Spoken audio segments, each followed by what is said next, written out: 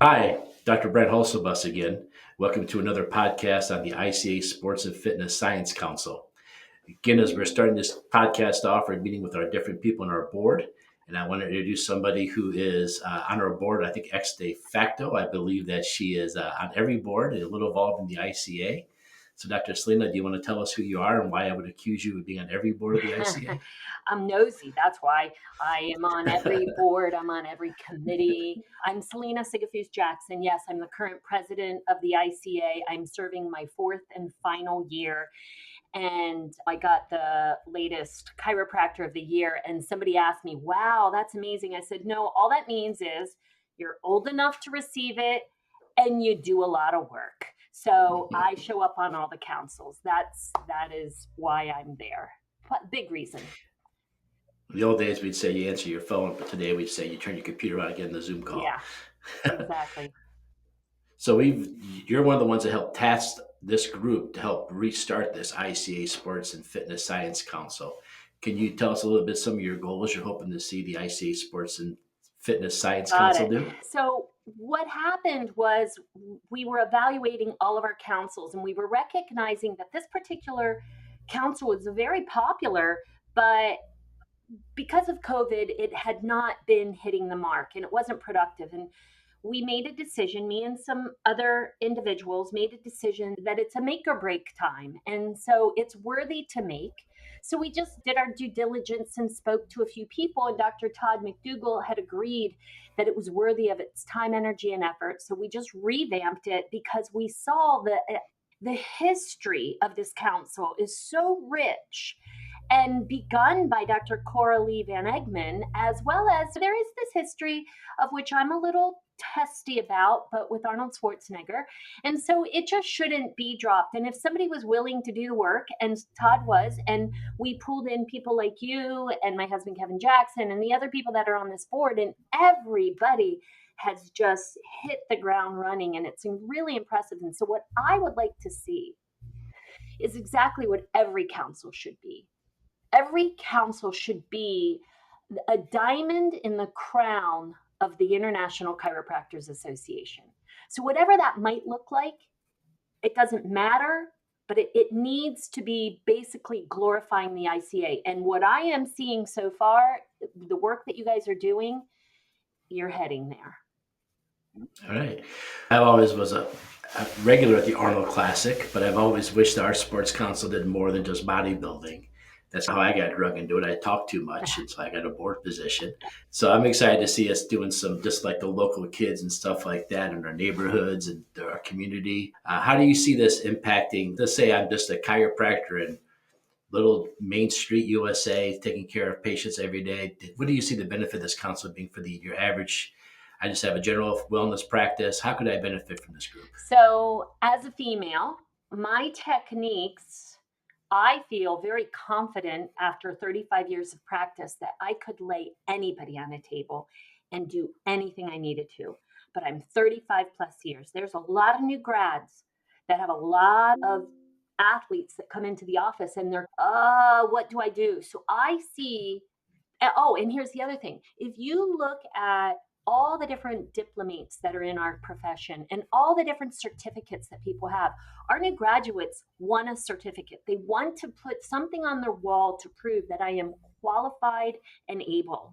And so I believe what the Sports Fitness and Science Council will do is we're going to create something of that sort where people get a certificate that they are certified to be able to take care of athletes on the field, off the field, in the office, anywhere they might choose to flash this, so that they can have that confidence in their skills that we've developed over a lifetime, right?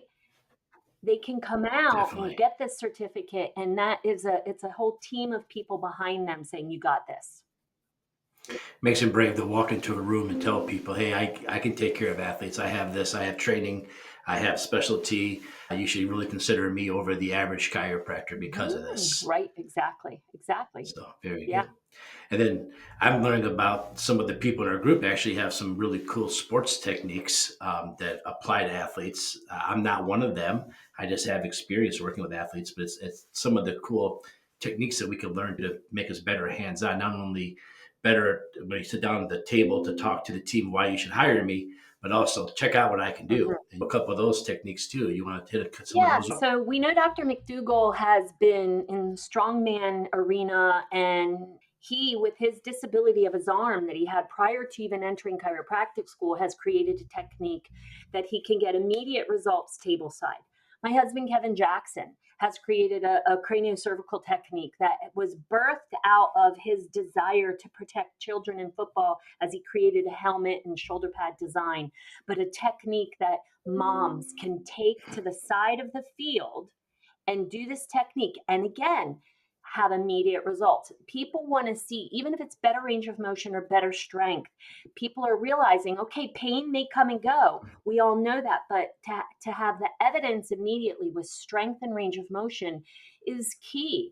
We have a couple of other individuals that have been heavily involved in sports and can do, whether it's upper cervical work or lumbar work or everywhere in between.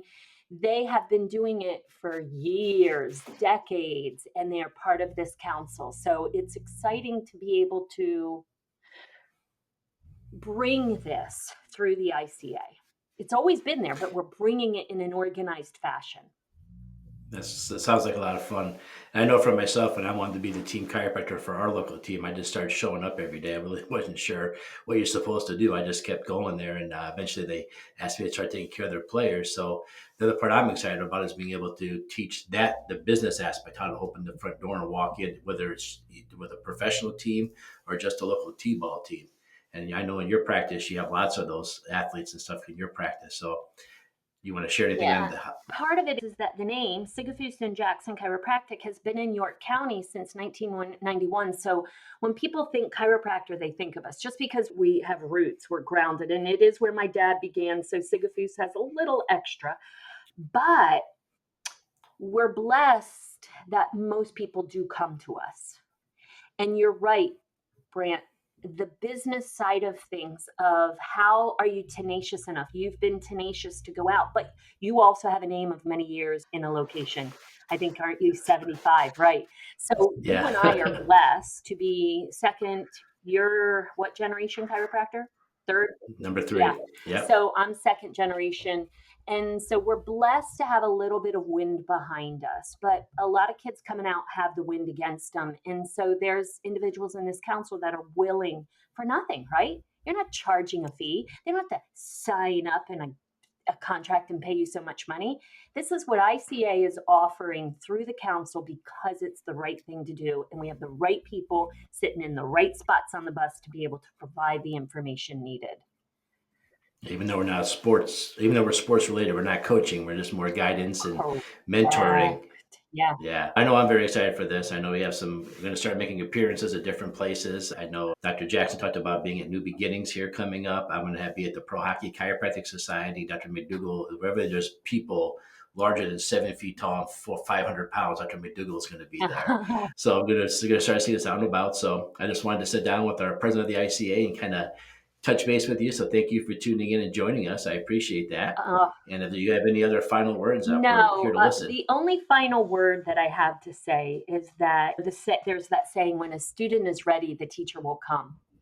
That kind of plays out with this council. When the council was ready to say, okay, it's time, it's just shocking, all of you individuals that have come and have descended upon this.